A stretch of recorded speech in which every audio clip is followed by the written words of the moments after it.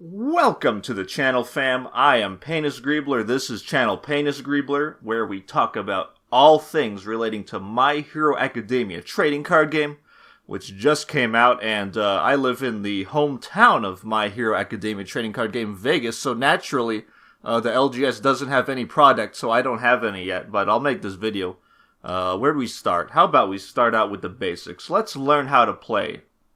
As you stick with my videos, you're gonna get really good at the game, but for now, we're gonna crawl before we can walk. Let's learn the rules here. I may be what's considered a funny comedy man, but I am one of the best at various children's card games, and if you stick with my channel, you'll be well on your way in the pipeline of getting good. So without further ado, let's take a look at these rules and learn how to play. Get out that playmat. No. Get out your official My Hero Academia playmat. That's better. The first thing you'll need to start is a My Hero Academia trading card game character card. The first thing you'll notice about this card is how good it looks. The subtle off-white coloring, the tasteful thickness of it. My god, it's even got a license I care about.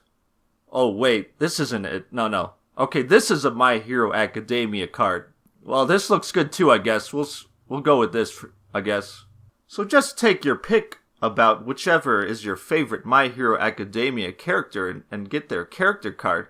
It is a part of your deck, but it does not actually literally go in your deck and does not ever get shuffled into your deck. It starts the game in play, and you build your deck around this character. Besides your character card, you have a 50 or more card deck. And the only deck building restrictions are no more than 4 of any one card in your deck, and every card in your deck, including your character, must have the same resource symbol. In this case, our character will be Yuga Aoyama. He has the skull, mountain, and wheat symbols. So this deck will be a wheat deck. It will have every card in it will feature a wheat symbol. This game has 12 different symbols, so that's a lot of variety. Very simple. What's in this deck? In general, about 2/3 of it are what are called foundations. These are your basic resource. Almost every deck will be comprised of mostly foundations. Then you got attack cards. About 1/3 of a deck will be attack cards. These are how you actually win the game. And then depending on taste, you may also have however many assets and action cards sprinkled into your deck too. We'll get to those two later though. For now, we got a deck that's foundations and attack cards. So your deck goes on whichever side of your playmat, it doesn't really matter. Your character goes on whichever side of your playmat, it doesn't really matter. It don't matter. None of this matters. We will be going first this game, and we start with our character card tapped, or as this game calls it, committed. In this game, your starting hand size is dependent on what it says on your character card. Yuga Aoyama has a hand size of 6. We start by drawing up to our hand size. We draw 6 cards.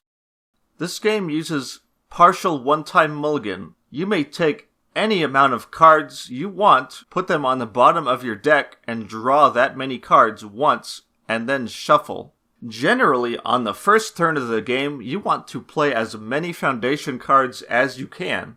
So let's mulligan away these attacks and draw 2 more. Then shuffle our deck. We are now going to play a foundation from our hand. Any card you play from your hand goes into what is called the card pool. The top half of your playmat is your card pool. We take the foundation we want to play, this one, Glamorous, put it into the leftmost of our card pool, and reference the top left number of it. That top left number is called the difficulty. Generally, the higher the difficulty, the harder a card is to play. In order to pay for this difficulty cost, we do what's called a control check. All we do to make a control check is take the top card of our deck and flip it into our discard pile, and reference the bottom right number on the card we just discarded. That is called the control of the card, and we have a control of 3 here. You match the control to see if it is at least as much as the difficulty of the card you're trying to play, and if it is equal to or greater the difficulty, then the check passes and the card is played. 3 is greater than 2, so we passed our control check. We just played our foundation and it stays in our card pool for now. Making control checks is probably the only place I see new players get hung up on, and when you get over that, it's smooth sailing after that. Okay, and we're gonna keep playing Foundations. Let's play someone with style. We put it to the right of the Glamorous we just played, and we have to make a control check against a difficulty of 2, but in this game, as you play more cards in a turn, they get progressively harder to play. That means that a difficulty is increased by 1 for every card preceding the card in your card pool that you're trying to play. So this card's difficulty is actually 2 plus 1 more, a difficulty of 3. Spoiler though, our deck doesn't contain any card that has a control of less than 3. So we make our control check, and look at that, we got a 3, it passes. As long as you can make the control checks, there is no limit to how many cards you can play from your hand in a single turn.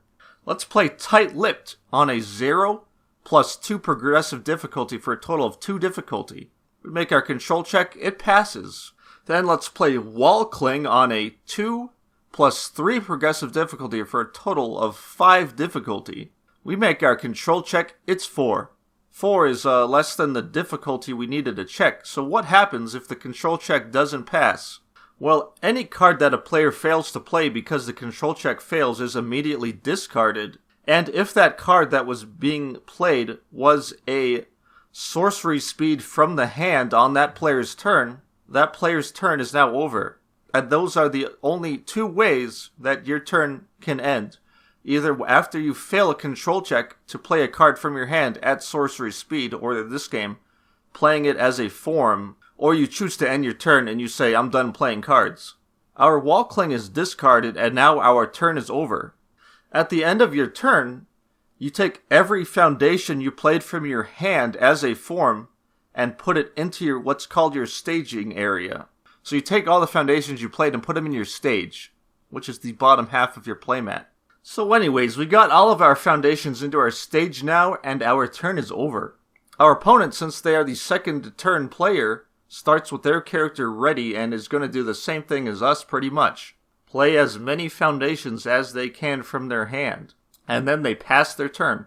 And now it is our turn again. At the start of your turn, you do what's called the start phase, and if you've ever played a trading card game before, you probably already know what's going to happen here. We start by doing the ready step, which is where you take every card that's committed and turn it right side. Then we have what's called a review step, where you may optionally discard 1 card. This is something you can do on every start phase except the very first turn of the game. Player 2 may do this on their first turn, however. And then after your review step, you draw up to your character's hand size, which in our case is a total of 6 cards, so we draw 4. Now, we're going to learn about playing attack cards now. You play an attack card just like you play a foundation. You put it leftmost into your card pool, reference the difficulty of it, and make a control check against the difficulty. Let's play Naval Laser Beam. 5 difficulty. Let's make our control check. We checked a 3. What happens, Painus Greebler? Is my turn over already? Well, no. If your control check is ever short, you have the option of committing however many foundations equal to the difference of the amount you failed by. In this case, our control check failed by 2, so we may commit 2 foundations to make the control check successful. Your character may also be committed to make control checks successful in this manner. It still just counts as committing 1 card. So we're going to do that, and then our control check is successful and we just played our attack. You may not play the abilities on cards that are committed, so choose what you commit wisely. Now after we play our attack, we go to what's called the Enhance step. This is where all of the combat tricks and shenanigans in this game usually happen. In this game, you'll notice cards have a myriad of abilities. Generally, these abilities are preceded by something called Enhance, Form, or Response. We're going to talk about Enhances now. Enhances are abilities that are played during an attack and always are referencing whatever attack we're in the middle of. Starting with the player who played the attack, both players take turns playing Enhances. Naval Laser Beam has an ability that says First Enhance, and all that means is you may only play that ability if it's the first Enhance that you play during the Enhance step. We're not going to use it though. We're going to play Enhance Flip 1 Foundation. This attack gets +2 speed. Okay, first of all, any foundation that is flipped in your stage is still a foundation. It just doesn't have any abilities anymore. It can still be committed to make control checks successful.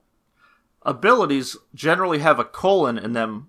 Everything before the colon is the cost of ability. Everything after the colon is the effect. So we flip a foundation, and then we get whatever the effect is. Effect. This attack gets +2 speed. Okay, boys, break out the dice. Attacks have two important numbers, the speed and damage. Here we got a speed of 3 and a damage of 6. As the attacking player, you generally want these two numbers to be high as possible. So we're going to put a dice with 2 face up right here to show that we just gave our attack 2 more speed. But wait a sec, we got something else we want to do here too. Going back to our boy, Yuga Aoyama, he has an ability that says Response, : Anytime an ability says Response, it is a contextual ability that is played whenever is appropriate by whatever the ability says. And it says Response, : So there's no cost, it's a free to play. Response, : After you flip one or more foundations during your attack's enhanced step, your attack gets +1 speed and +1 damage, playable while committed. We just flipped a foundation for our Naval Laser Beam's ability, so we also use that ability and put another 1 speed and 1 damage on our attack, up to a speed of 6 and damage of 7. After we play this enhance, our opponent gets the chance to play an enhance of their own. They're going to say pass enhance, and you're going to hear that a lot from whoever the defending player is. Unless, of course, they have a bunch of defensive enhances on the cards in their stage. We're going to keep going back and forth playing enhances or passing until we both consecutively pass back to back once. So they pass enhance, we go to play our next enhance. We're going to say third ability on Naval Laser Beam, Enhance Flip 1 Foundation. This attack gets +2 damage. Let's do that, and we're going to use Aoyama's Response again. You may only use 1 copy of an enhance per attack, but responses have no such restrictions. They may just be used once every time they are appropriate. So respond Yuga Aoyama to our foundation being flipped, and our attack is now going to be at +4 speed and +4 damage, for a total of 7 speed and 10 damage. Wow, that's looking like a thick beam, Yuga. Nice. Our profusely sweating opponent passes their enhance. We're going to use the ability on Tight-Lipped. Enhance Flip 1 Foundation. Your attack gets +1 damage. You know what we're going to do, right? You know what time it is. You see where this is going. We're going to respond yet a third time with Yuga Aoyama. This is going to bring our attack to a grand total of +5 speed and +6 damage for a total of 9 speed and 11 damage. That is a thick boy. Our opponent passes enhance. We're going to pass enhance too now. So now that both players have passed enhance, the enhance step is now over, and we go to what's called the block step. At the block step, the defending player may attempt to block the attack once.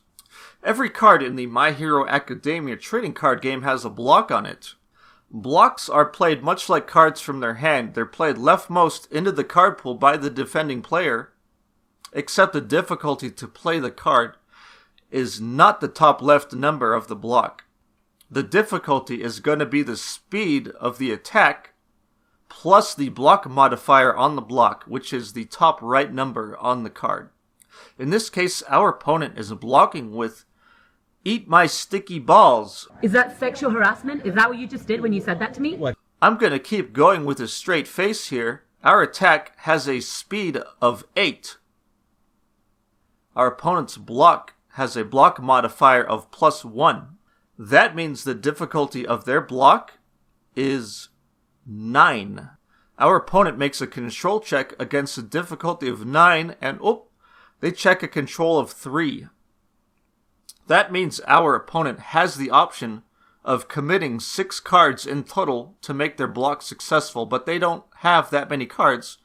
So they fail the control check, the block is discarded, they don't get to try to block again, and they take the full damage of the attack. In this case, that is 12. Did I say 11 before? I meant 12. Every character card has a starting vitality. In our opponent's case, this vitality number is 27. They're taking 12 damage, so they go down to 15 vitality. The objective of the game, obviously, is to get your opponent down to 0 vitality, and then you win the game.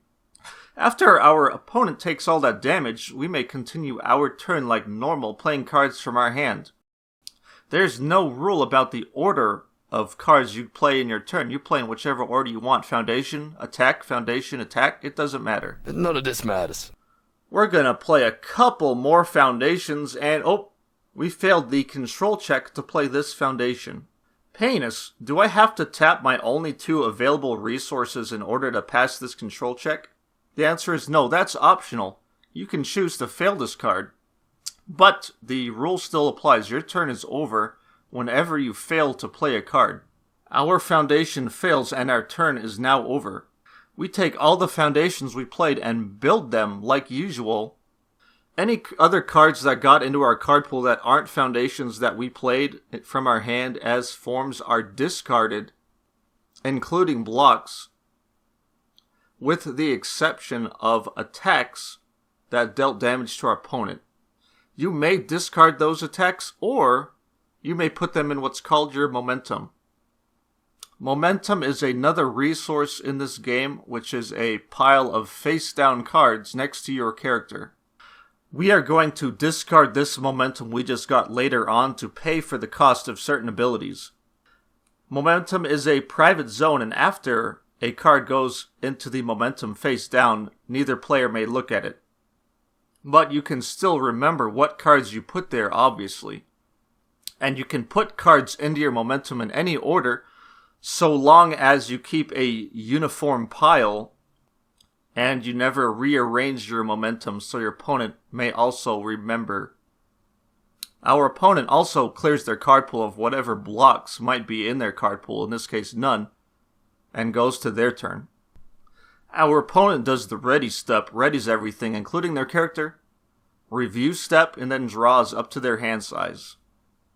Our opponent is now going to attack us. Our opponent plays an Eat My Sticky Balls on a difficulty of 4. Since our opponent played the attack, they get the first enhance. But our opponent is just going to say pass enhance, and we're going to do the same, and we go to our block. So in this game, we got something called attack zones and block zones. Right on the speed of every attack, there is an arrow pointing in one of 3 directions. You got highs, mids, and lows, and likewise, blocks have highs, mids, and lows. If you ever block a attack with a matching block zone, that attack is fully blocked and deals no damage. But you can still half block with an off-zone block, and when you do, that attack still deals half damage rounded up. But high blocks may not block low attacks, and low blocks may not block high attacks. We are going to attempt to fully block the Eat My Sticky Balls, which has a speed of 4 and an attack zone of high, with our Peinanche Shining Naval Blast. Our Panancha Shining Naval Blast has a block modifier of +2 and it's high. So the attack has a speed of 4. That means the difficulty of our block is going to be 6. We make a control check, we check 5, we commit 1 card, our block is successful. Our block is going to stay in our card pool for the rest of our opponent's turn until we clear it at the end, and is going to add to the progressive difficulty of the blocks we play. So if our opponent was to play another Eat My Sticky Balls, it never gets old. And we try to block again with another +2 high block, at that point our block would have a difficulty of 7. 4 from the speed, 2 from the block modifier, and 1 because we now have 1 progressive difficulty. In a nutshell, that's how you play My Hero Academia trading card game. The game goes on much like that until one of the players goes down to 0 vitality. But we're just going to cover a few more things you're going to run into. Assets cards are just like Foundations, except they may not be committed to make control checks successful. Otherwise, they function pretty much the same as Foundations. Action cards are one-time effect cards. You play them from your hand when appropriate to get the ability on the card. So you still play the action card into your card pool and make a control check against the appropriate difficulty, including progressive difficulty, and then you get the effect of whatever ability you're trying to use. And the action card still stays in your card pool until the end, unless otherwise specified. Whenever the cost of an ability says remove, that means remove that card from the game, specifically that card with the ability on it. Whenever a card says seal, seal means that the sealed card loses all abilities until the end of the turn. If an asset is for whatever reason flipped over to be face down in your stage, it is no longer an asset, it is now a foundation. Cards may have a myriad of keywords. If the keyword is in white, that is a basic trait keyword that doesn't have any underlying ability. It is just an identifier keyword that is used in tribal aspects, kind of like what you'd refer to as creature types in other card games. Any keyword that is colored in, however, has more text to it, and that keyword is granting an underlying ability to that card. Stun. Stun reads like enhance. Your opponent commits a number of foundations equal to the stun rating of this stun ability. Even though character cards can be committed like foundations to pass control checks, characters still do not count as foundations and cannot be stunned. EX abilities read like enhance, discard any amount of momentum, your attack gets plus X speed. X is equal to the rating of your EX ability times the number of momentum discarded. So if you got 2 momentum and you discard 2 momentum for your EX2 ability, you're going to get 4 speed out of it. Powerful is identical to EX, except it does damage instead of speed. So discarding 3 momentum to the powerful 2 of Detroit Smash is going to give you 6 damage. Combo, and then a keyword, and then another word in parentheses. This means that in order to play the combo enhance on this card, it has to be immediately preceded by the appropriate card in the parentheses. So you have to play a punch attack and then follow it up with Texas Smash in order to use the combo ability on Texas Smash. Breaker reads like response, after you block with this card, your opponent's next card they attempt to play this turn gets plus X difficulty. X is equal to the rating on this breaker ability. Unique. This is a keyword that is on foundations and assets, and that means you may only have 1 copy of this card in your stage at any time. If at some point, for whatever reason, there are 2 copies of a unique card in your stage, you choose 1 to keep and discard the rest. You may still play cards with unique that you already have in your stage from your hand to block or play as a form. Throw means... Throw says, if this attack is fully blocked, this attack still deals half damage rounded up. Flash. A flash attack has no enhanced step. You pay for the difficulty of the flash attack, and then you go straight to the block step. Neither player gets to play enhances. An ability with deadlock in it means it can only be played while your opponent has more than 10 foundations. And there you go. That's pretty much everything you need to go out there and start playing. You'll find yourself reading through these cards, building dozens of decks casually, and maybe dipping your feet into the older Universes sets. By the way, did you know that Jasco makes playmats? You should ask them to make a playmat like this for you. They'll appreciate the business.